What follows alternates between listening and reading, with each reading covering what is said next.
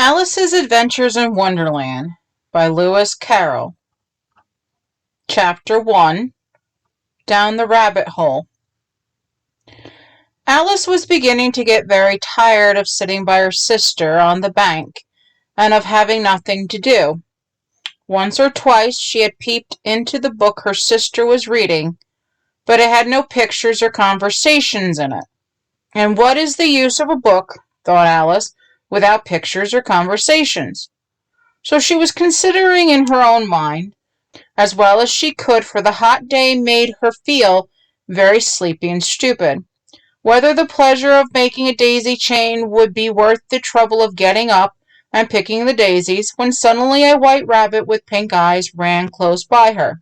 There was nothing so very remarkable in that, nor did Alice think it so very much out of the way to hear the rabbit say to itself, oh dear, I shall be late." When she thought it over afterwards, it occurred to her that she ought to have wondered at this, but at the time it all seemed quite natural.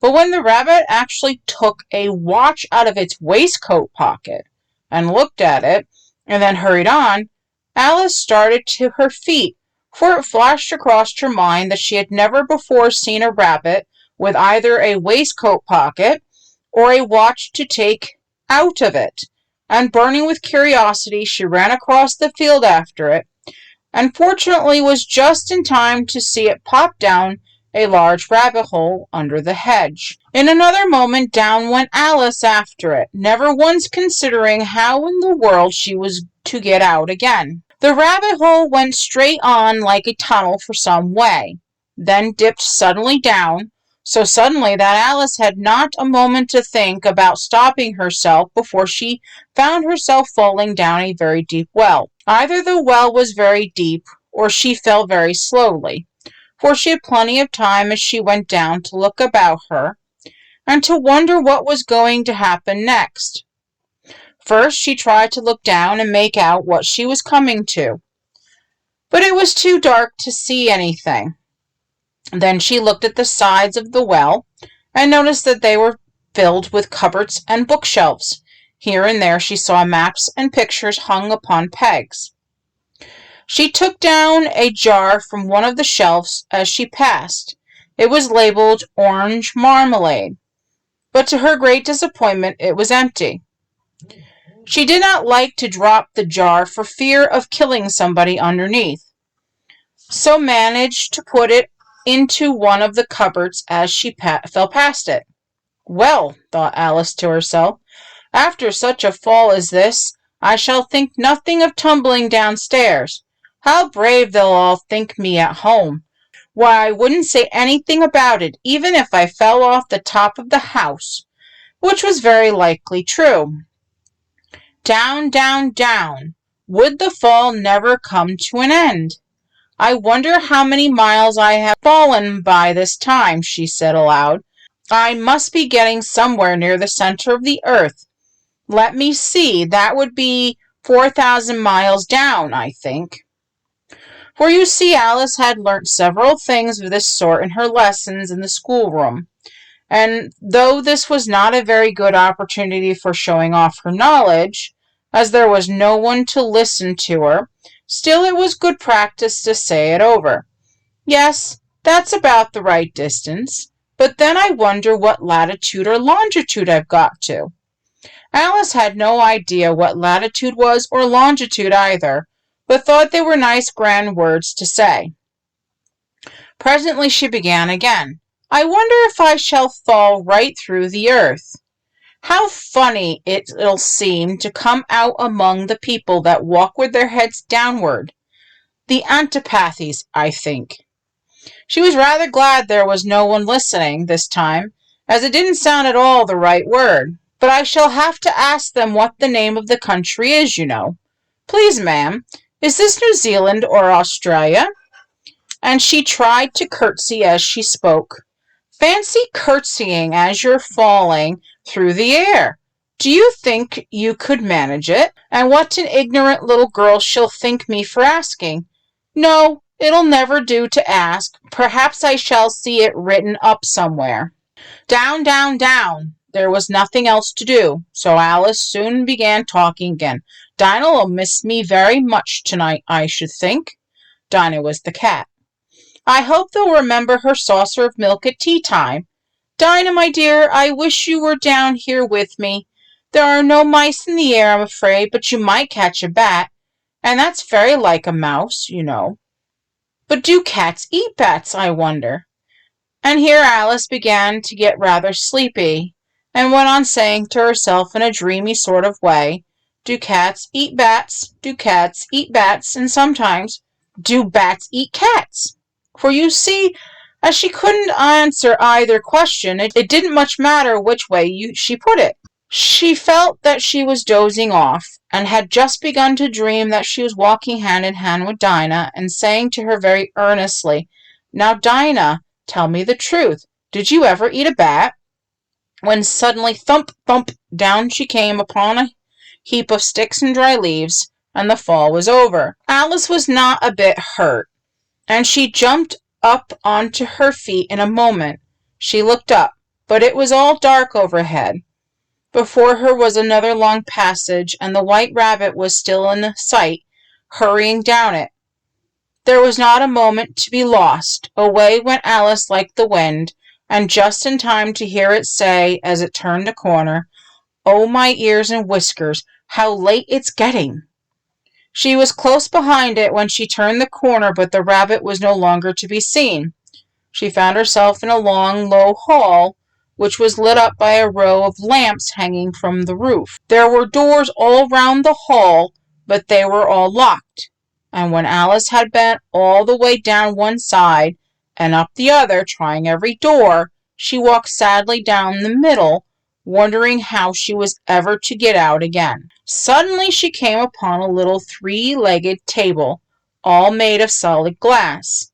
There was nothing on it except a tiny golden key, and Alice's first thought was that it might belong to one of the doors of the hall. But alas! Either the locks were too large or the key was too small. But at any rate, it would not open any of them. However, on the second time round, she came upon a low curtain she had not noticed before, and behind it was a little door about 15 inches high. She tried the little golden key in the lock. To her great delight, it fitted.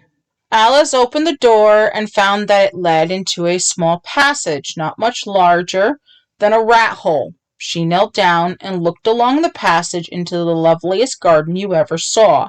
How she longed to get out of that dark hall and wander about among those beds of bright flowers and those cool fountains, but she could not even get her head through the door. And even if my head would go through, thought poor Alice, it would be of very little use without my shoulders. Oh, how I wish I could shut up like a telescope. I think I could if I only knew how to begin. For you see, so many out-of-the-way things had happened lately that Alice had begun to think that very few things indeed were really impossible. There seemed to be no use in waiting by the little door, so she went back to the table, half hoping she might find another key on it, or at any rate a book of rules for shutting people up like telescopes. This time she found a little bottle on it, which certainly was not there before, said Alice, and round the neck of the bottle was a paper label, with the words Drink Me beautifully printed on it in large letters. It was all very well to say drink me, but the wise little Alice was not going to do that in a hurry. No, I'll look first, she said, and see whether it's marked poison or not, for she had read several nice little histories about children who got burnt and eaten up by wild beasts and other unpleasant things, all because they would not remember the simple rules their friends had taught them, such as that a red-hot poker will burn you if you hold it too long, and that if you cut your finger very deeply with a knife, it usually bleeds, and she had never forgotten that if you drink much from a bottle marked poison, it is almost certain to disagree with you, sooner or later. However, this bottle was not marked poison, so Alice ventured to taste it, and finding it very nice, it had, in fact, a sort of mixed flavor of cherry tart, custard, pineapple, roast turkey, toffee, and hot buttered toast. She very soon finished it off. "What a curious feeling," said Alice. "I must be shutting up like a telescope." And so it was indeed. She was now only 10 inches high, and her face brightened up at the thought that she was now the right size for going through the little door into that lovely garden. First, however, she waited for a few minutes to see if she was going to shrink any further.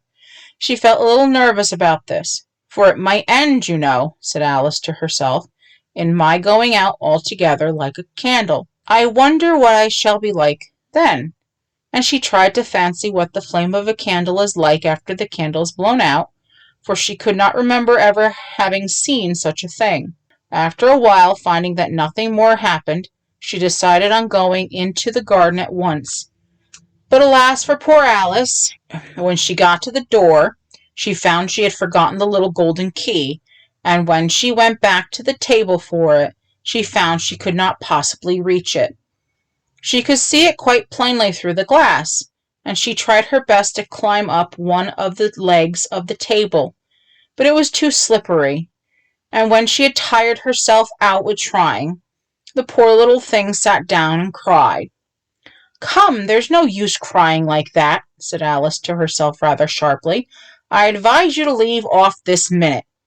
She generally gave herself very good advice, though she very seldom followed it, and sometimes she scolded herself so severely as to bring tears into her eyes, and once she remembered trying to box her own ears for having cheated herself in a game of croquet she was playing against herself. For this curious child was very fond of pretending to be two people. "But it's no use now," thought poor Alice, "to pretend to be two people. Well, there's hardly enough of me left to make one respectable person." Soon her eye fell on a little glass box that was lying under the table. She opened it and found in it a very small cake, on which the words "Eat me" were beautifully marked in currants. "Well, I'll eat it," said Alice, "and if it makes me grow larger I can reach the key, and if it makes me grow smaller I can creep under the door, so either way I'll get into the garden, and I don't care which happens." She ate a little bit and said anxiously to herself, "Which way, which way?" holding her hand on the top of her head to feel which way it was growing, and she was quite surprised to find that she remained the same size. To be sure, this generally happens when one eats cake, but Alice had got so much into the way of expecting nothing but out-of-the-way things to happen that it seemed quite dull and stupid for life to go on in the common way. So she set to work and very soon finished off the cake.